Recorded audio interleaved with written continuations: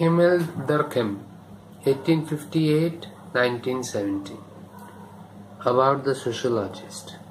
Emil Durkheim was born on 15th April 1858 in Epinal, in the Lorraine region of France, on the German border. He was from an Orthodox Jewish family. His father, grandfather, and great-grandfather were all rabbis or Jewish priests. Emil too was initially sent to a school for getting training in rabbis. In 1876, he entered the École Normale Supérieure in Paris to study philosophy. In 1887, he was appointed lecturer in social sciences and education at the University of Bordeaux. In 1893, he got published his doctoral dissertation, Division of Labor in Society. In 1895, he got another work of his published named Rules of Sociological Method. In 1897, he founded Année Sociologique, the first social science journal in France, and got published his famous study Suicide.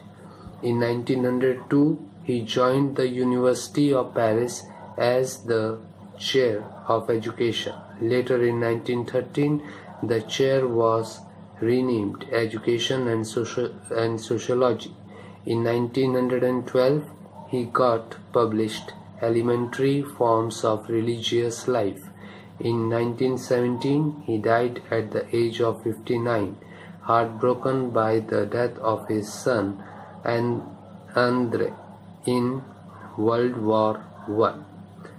Emil Durkheim may be considered as the founder of sociology as a former discipline, as he was the first to become a professor of sociology in Paris in 1930. For Durkheim, the social class was to be found in the codes of conduct imposed on individuals by collective agreement. So, Durkheim said that a social class is found by individuals or imposed on individuals by collective agreement. It was evident in the practices of everyday life. Durkheim's vision of sociology as a new scientific discipline was characterized by two defining features. Number one, the subject matter of sociology. The study of social facts was different from the other sciences. Sociology concerned itself exclusively with what he called the emergent level, that is, the level of complex collective life where social phenomena can emerge. So, he said that in sociology there are two aspects. The first aspect is the study of social facts, and in this he said sociology is concerned exclusively with what he called the emergent level, that is, the level of complex collective life where social phenomena can emerge. Means that life where a group life where social phenomenon take place. These phenomena are social institutions like religion or the family, or social values like friendship or patriotism, etc. Social entities like teams, political parties, street gangs, religious communities, nations, and so on belong to a different level of reality than the level of individuals. So all the social entities are different, belong to a different level of reality than that of different individuals. It is this emergent level that sociology studies. Second, the second defining feature of Durkheim's vision of sociology was, like most of the natural sciences, it was to be an empirical discipline.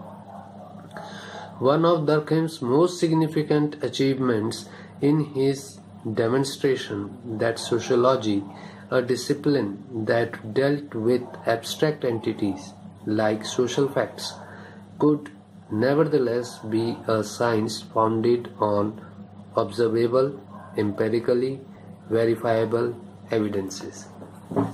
So he said that sociology is that science, is an empirical science where each and everything has been observed, empirically verified with certain evidences, and then the theories have been proposed. Therefore, it is a imperative science. Social facts are like things. They are external to the individual but constrain their behavior. So, social facts are external things that are affecting the behavior of an individual, but they are constrained. They constrain the behavior of the individual. Institutions like law, education, and religion constitute social facts. They are collective representations which emerge from the association of people, and they are collective representations and they emerges from the association of people. They are not particular to a person but of a general nature, independent of the individual. Attributes like beliefs, feelings, or collective practices are its examples. Durkheim interpreted social facts as those ways of thinking, doing work, and feeling which has the special characteristics to maintain its existence exterior to the individual consciousness. He also writes, social facts are those ways of thinking, doing work, and feeling which are exterior to man and which controls the man by the power of constraint.